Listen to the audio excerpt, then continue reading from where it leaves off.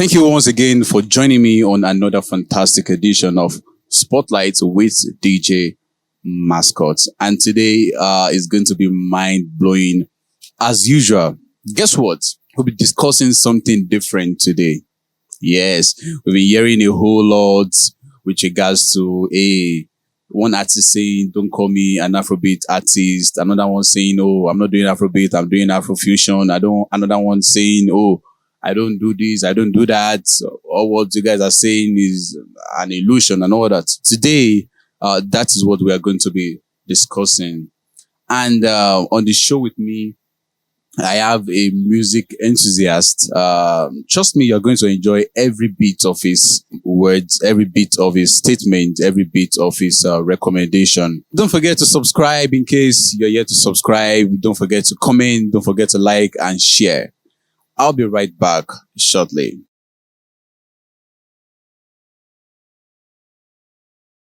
All right, you're welcome back. And my guest needs no other introduction. So in case you don't know him, his name is Bemi Alasho. Nice one. So the birth name, the name given to him at birth is Bimi Falona. Okay, Bimisola Falona. So in case you don't know him, he's a music enthusiast. He's a music crackhead. Let me put it that way. Thank you. He has been in the broadcast industry doing the studio management, a studio managerial role. Let me put it that way. Yeah. Yes, he has been doing that for a while now. And trust me, he's very brilliant when it comes to music. Yes, he's a trained music librarian. Yes. Yeah, I shouldn't forget that. So, trust me, today is like a whole lot of package. Yeah. So, maybe we are going to be discussing Afrobeat, the genre.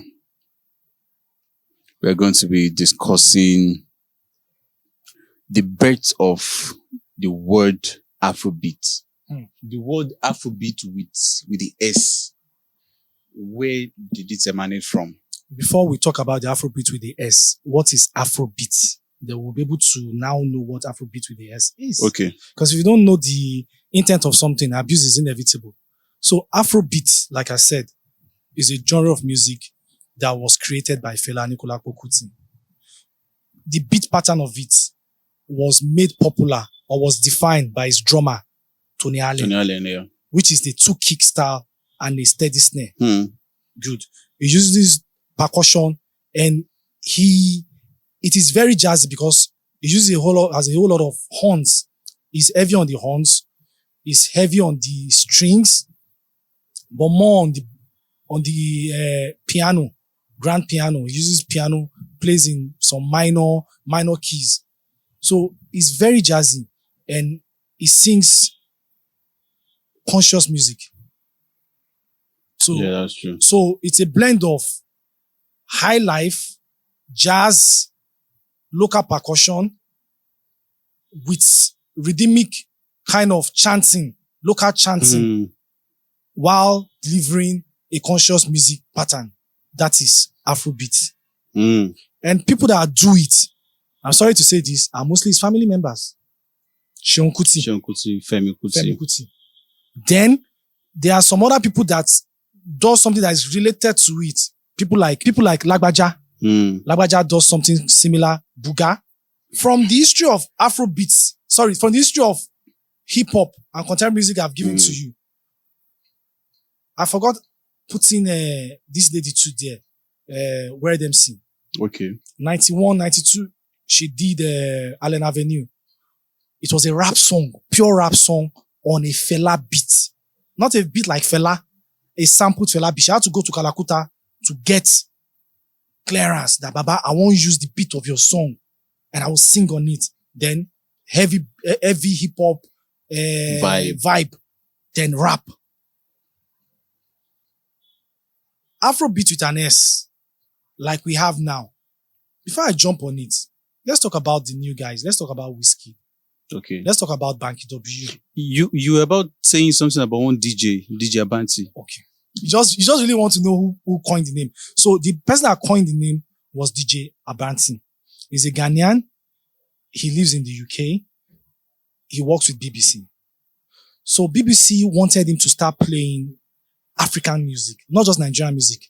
They wanted him to have a playlist song, a countdown. Okay. And they just wanted to play songs from Africa. As at that time, song from West Africa was getting very popular in the UK. One, because in Africa, it was big. The African community in the UK were also doing it. So it was also getting traction, getting attention in UK. So they basically want it on the radio station and they want him to do a countdown for it. And he needed a name. And he came up with Afrobeats. But he knows that, of course, Fela was the originator of that genre of music. And what they were doing was different what he wanted to play. Likes of Oleku by Ice Prince. Songs like Oju Elegba by Wizkid. But he just needed a name, so he put an S to Afrobeats and called it Afrobeats. Just to give that program a genre.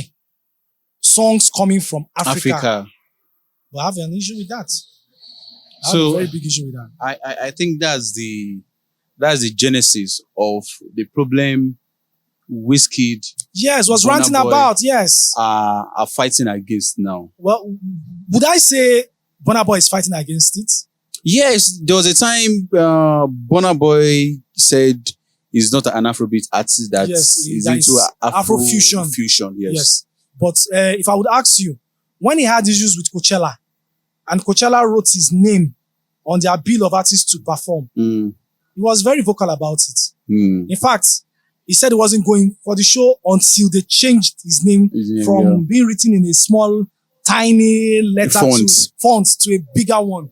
So why didn't he fight like that when he knows that he has an issue with him being put under the umbrella name Afrobeats? So which means from inception, there is nothing like Afrobeats with the S. No. There was nothing like Afrobeats with the S. And music has predated. So it just came over time a few years ago.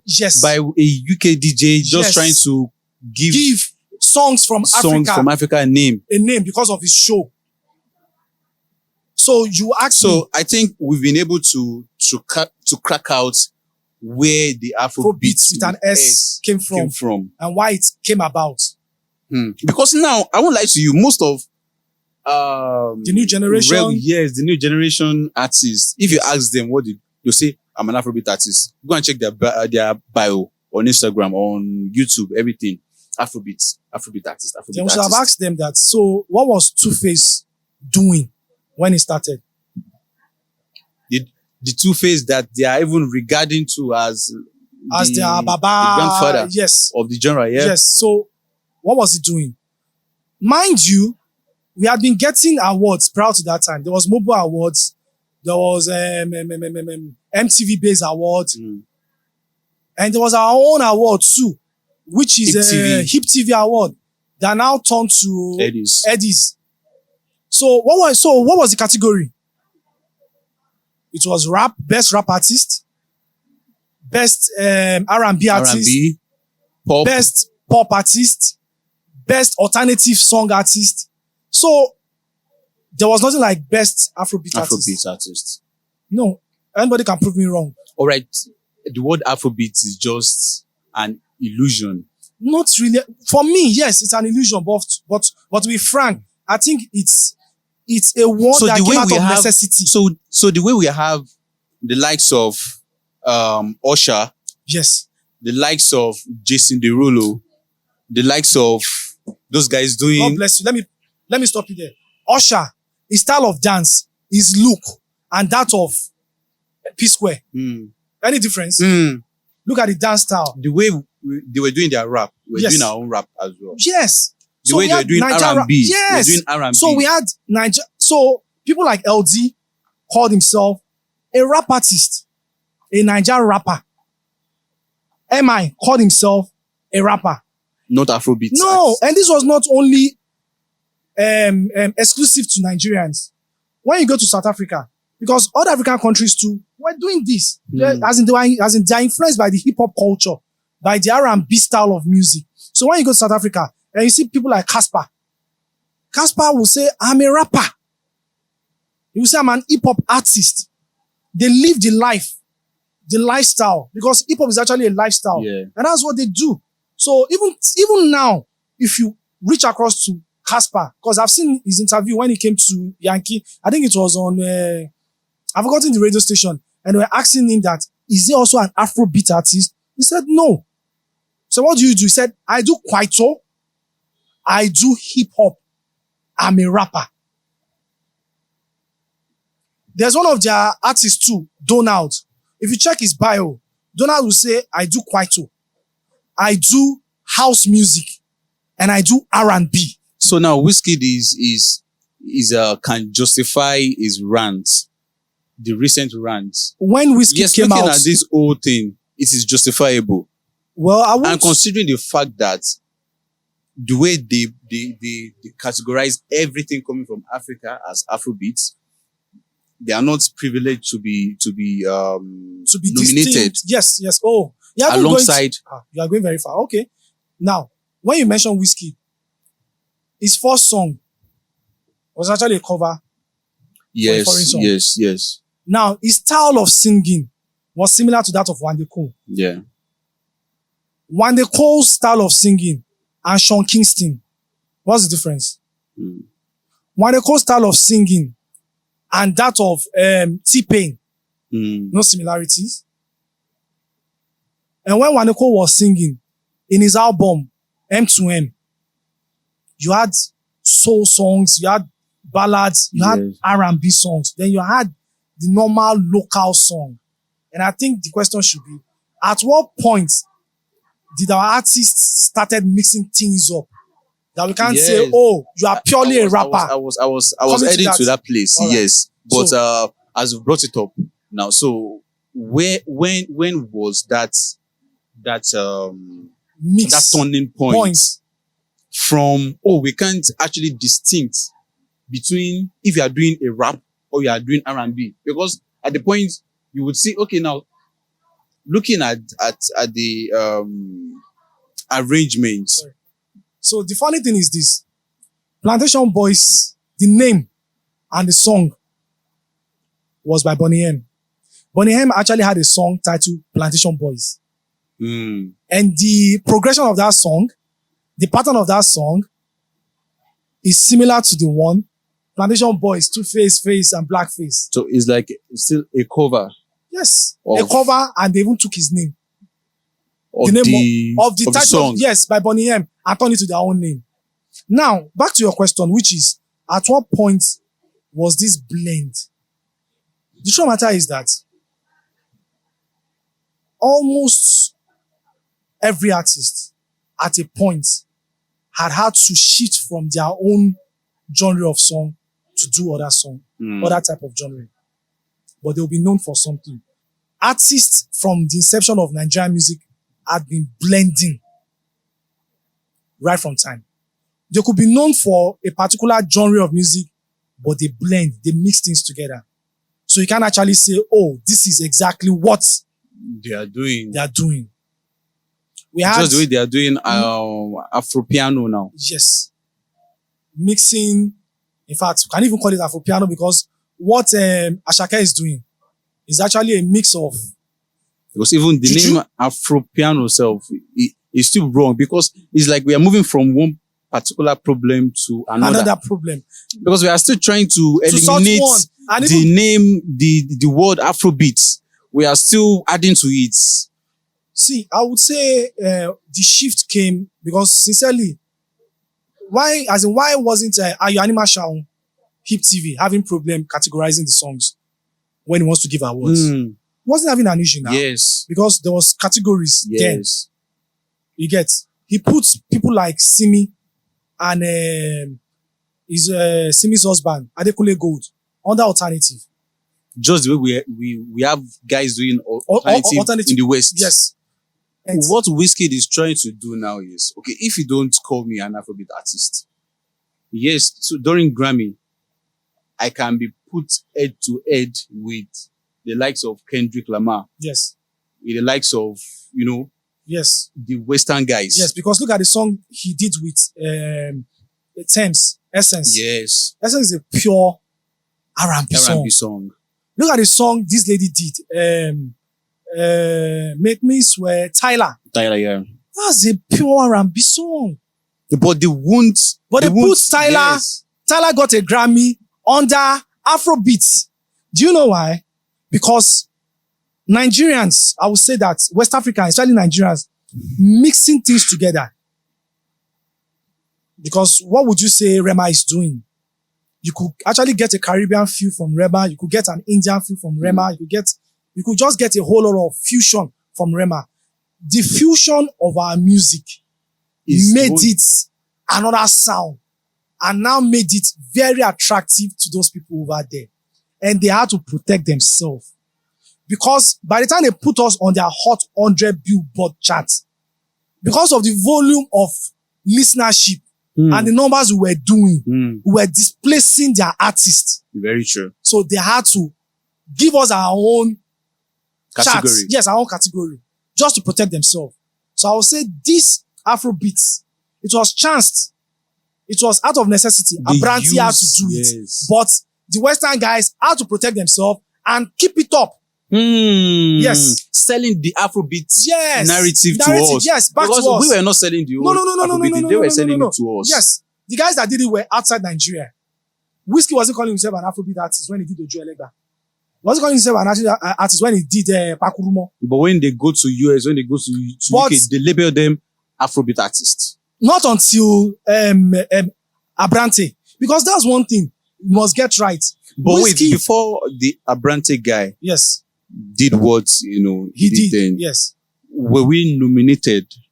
Yes, we were nominated. Alongside, like, were Nigerian rappers nominated alongside UK or US rappers? Yes, depending on which award are you talking about. But I could remember. Under Grammy, we're not nominated for Grammys then. Yes. But we're being nominated, but Nigerians were being nominated under world music.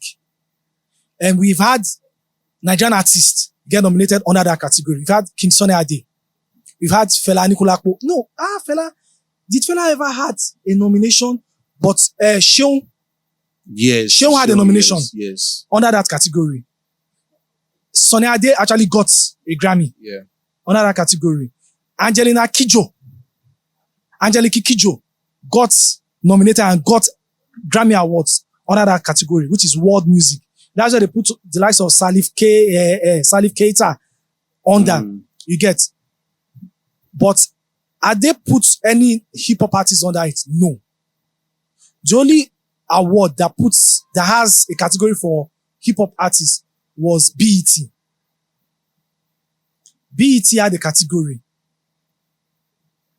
Initially. And were they even, because I knew that not until I think Wizkid refused to go for the award, they usually give them the award, I think, on the red carpet. Yes, it's either a red carpet or there's a special kind of, I don't want to use backstage because sincerely, even though what you said is actually the truth, but it's painful to hear that they will now do once in a choral.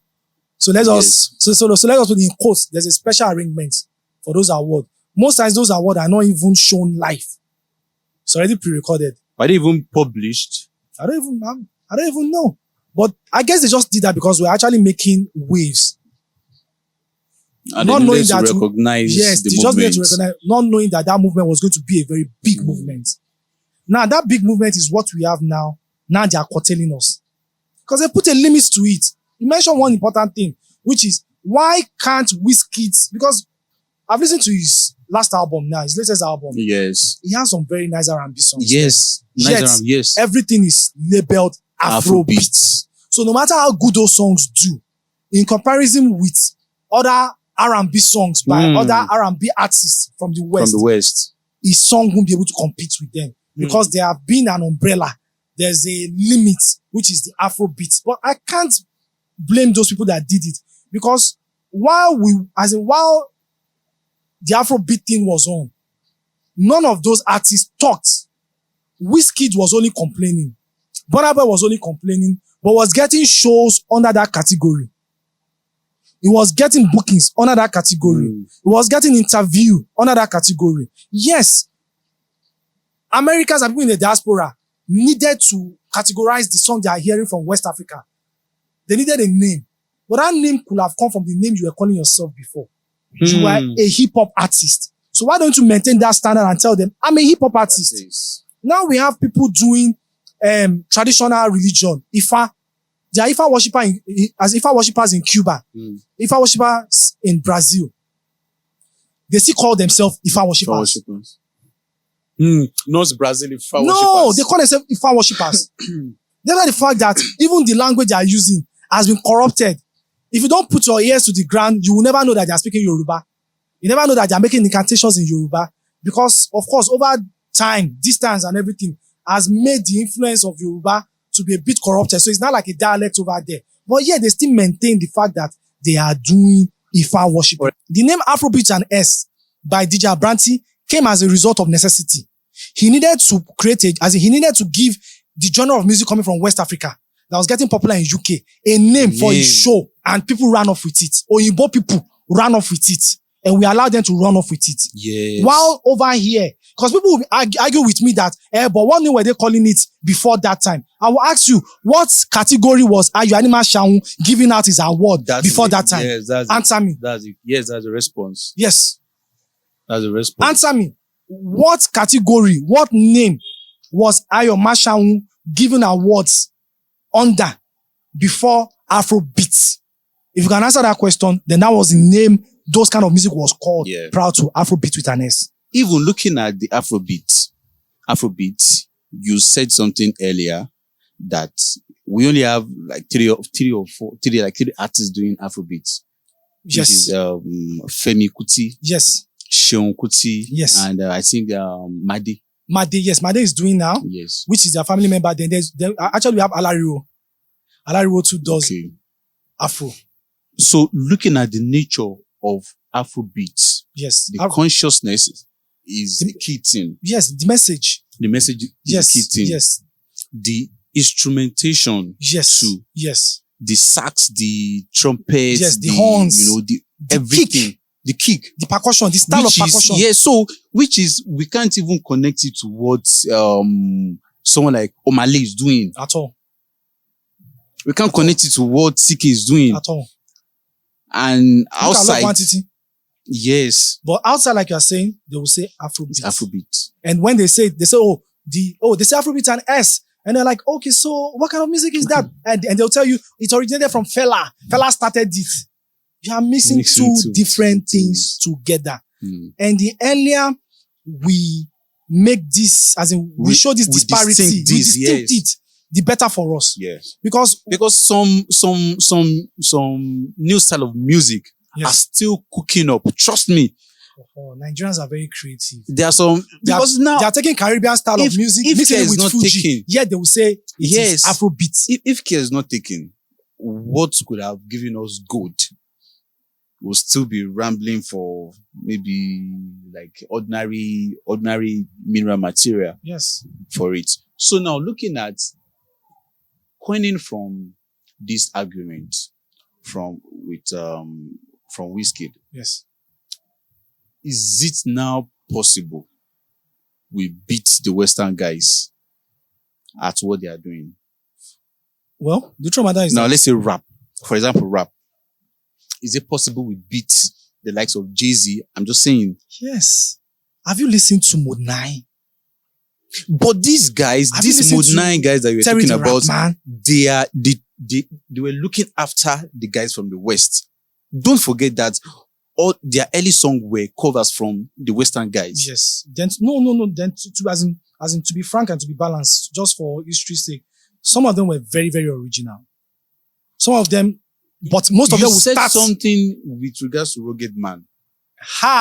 Okay. Now, in the history of Nigerian music, one will now ask, because guys now will always tell you, but sincerely, no, we don't know when they do covers. Yes, they were doing covers before. Rugged Man was one of the people that stopped that cover. When he did a song, with No More Loss, He mentioned guys that were doing covers. He mentioned them and dissed them. Rogeji Baba, kudos. And I would say Ehen was also a milestone, was also a turning point in Nigerian music, in the Nigerian music industry. You edit those parts. So it was also a very big milestone in the Nigerian music industry. Prior to that time, there was nothing original, and sincerely, Nigeria liked it that way.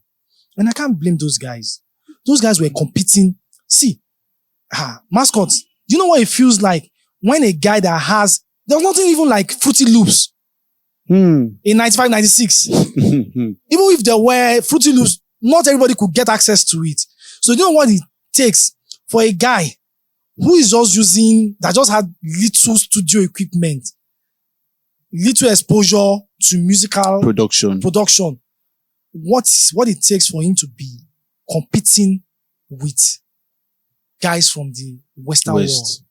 So by that time that we're listening to guys like Mio Shakomo, we're listening to Jasmine Olofin, we're listening to Marvelous Benji, we're listening to Azados, we're listening to Rasky. Those guys were competing with Enrique Iglesias, Bailando. Those guys were competing with Celine Dion. Those guys were competing with Usher. Those guys were competing with Seal.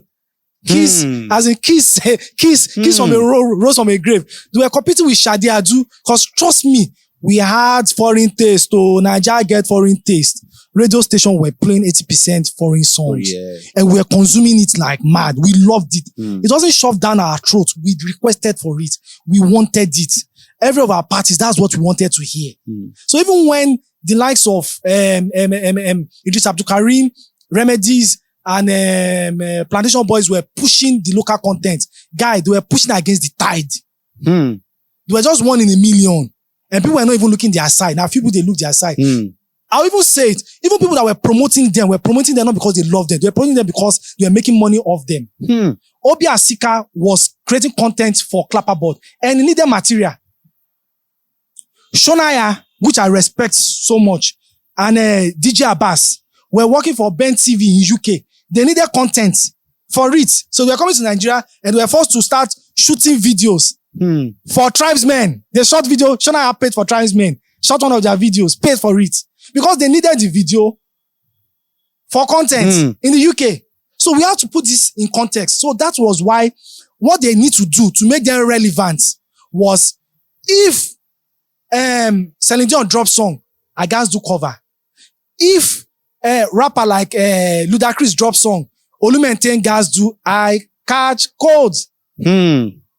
If DMX drop Rough Rider, Rasky has to do Soji, to ba ti dagbo ko Soji, ko ma na gere ko wegbe, which was a direct cover of such songs. So it became a norm. And what that did was that it just finished creativity. Guys were not thinking of, let me compose and actually have my own musical progression. Let me do my own musical composition. No, they wait for Yankee to drop song. 2 weeks after, they are putting out their own until Rugged Man came. And because those guys were popular. And while those guys were doing it, there were few guys that were doing original content. Stuff, okay. Yes. Plantation Boys were doing. Tribesmen were doing. People from the north. That time, Mode 92 had come down here, south, was doing original content. But we know they looked their eyes. We're looking at Ayangba by Black Reverends. Who were, this is serious, which was Dangerous by, what's this guy's name? Busta Rhymes. Busta Rhymes did Dangerous. Black Reverend did Ayangba, which was the same thing. Black Reverend were very, very popular. And guys who were doing original stuff were not popular. So it was when Rugged Man came with featuring No More Loss that he dissed all of them. Dissed Idris Abdulkarim, that guy, you call yourself Abdul Karim. I know you're a Muslim. What is megedi, segedi, megedi, megedi? Are you speaking in tongues?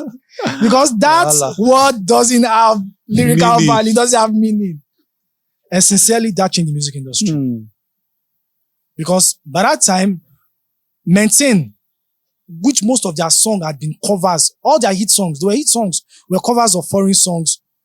Actually went to India, did Maintain in India, came back, broke up, and Olu Maintain came back with Yahooze by Prophecy. Yeah. Which was also a big milestone in the Nigerian music industry. You get. So then we started having people like Star Plus, nice R&B group that had original compositions. We started having musicians that we can actually start hearing their lyrics. Because sincerely, while I was growing, if a music comes out and you say, Bimi, show it boring, but boy, I'm like, Kilo so, Olom, you go on to so. I'm like, man, that guy is good. You know, yeah, wait till he talk. That guy is good, go. Because we believe that the not being able to hear your lyrics, which is as a result of a guy trying to just copy. It's a plus. Yeah, it's a plus. And actually, they were just Nigeria guys twisting tongues, trying to sound foreign. And messing the whole language up. But for us, they hear anything and we go, they clap. So, Nigerian music has gone through a whole lot of stage. We were copying before. Later, we took what we copied, made it better. Later, we started infusing our own into it. Later, we got comfortable with our own. But now, the question another question is it possible? Because an average guy that is a lover of Wizkid from the West. Yes. Is an Afrobeat artist. Is it now possible at this point for them to unlearn that notion that Wizkid is no longer an Afrobeat artist, or he's currently disputing the fact that he's an Afrobeat artist that is just, DJ Mascot, I get your point and I get your question. The very first question you should be asking is, what are the artists calling themselves? Have they been able to define the kind of music they are doing? If they've defined it, are they telling us? I told you, go and check every South African artist bio. Those guys are smart. They will tell you all what they are doing. I'm a Kwaito artist. I'm an R&B artist. I'm a reggae artist. There's nothing wrong in it. Michael Jackson does pop. They call him king of pop. There are songs there are some of his songs that are discos. There are some of his songs that are rock. Yeah. In fact, he was inducted into the Rock Hall of Fame. Yeah. He does rock. He does funk. And he is that artist. So there is no sin in calling yourself saying that Wizkid is actually, should call himself, I'm a juju artist. I'm a reggae artist. I'm a dancehall artist. I rap too. Then we need to give our local style of song too a name. Yeah. Then call yourself that. People will say, how would you say Wizkid is a reggae artist? Joy by Wizkid is what song? In the early 90s, Mama was. Yeah. That's reggae. That's dancehall. Dancehall that has its roots from reggae. Because automatically they will still call Joy an Afrobeat song. Yes. And there are some of Wizkid's songs that he was speaking patois there. Yeah. Same patois that Burna Boy speaks. Same patois that what's this guy's name? That sang a song with this kind of the Patoranking. Yeah. Patoranking sings with. Patoranking doesn't sing with pidgin alone. He speaks patois. Yeah. Yet he's also an Afrobeat artist. The word Afrobeats with S, it just happened as a matter of necessity. Yes, it's a necessity. To give music from West this Africa, side of the world a name. So it is not a style of music. It's not a style of music. It's not a genre. It's not a genre. It's not a genre. Music. It's not a genre of music. So it's not a genre of music. Another thing we've been able to conclude is that Afrobeat. We only have 3 Afrobeat artists in Nigeria at the moment. Major. Yes. Because there's one person too, Dede. Dede too sings Afro, Hmm. as in good Afrobeat songs. In fact, I even heard that there was a Dede time. Madiaku. I think I heard that Fela Anikulapo was told to like cut down the duration of his music, Yes. so that yes, it could be yes, played yes, outside there. on radio stations. Yes. But he Yes. refused. Yes, and That is what makes Afrobeat. yes. The length. Have you ever had a 2-minute Afrobeat song? Have you? Aside even Fela,